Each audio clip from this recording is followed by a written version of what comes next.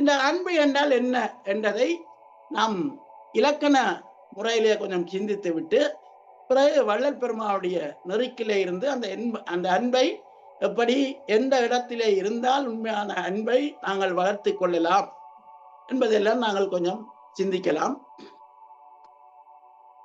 அன்பென்ற சொல்லை நாங்கள் பிரித்து பார்த்தால் ஆனா சக இன்னன்னா சக பூனா.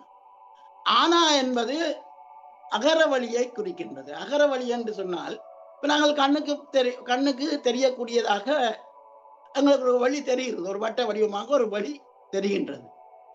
ஆனால் இந்த வழியை நாங்கள் அளவிட முடியாது.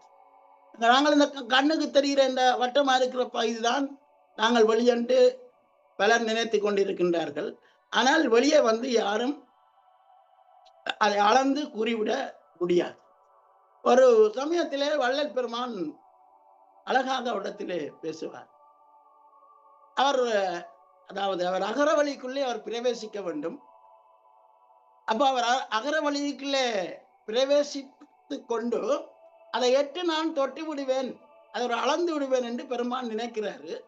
ஆனால் அது அவருடைய அளவுக்கு அது கட்டுப்படவில்லை என்பதை பெருமான் அவரிடத்திலே ஒரு குறிப்பாக இருக்கின்றது. ஆகவே இந்த வெளியை நாங்கள் எந்த விதத்திலும் அளவிட முடியாது.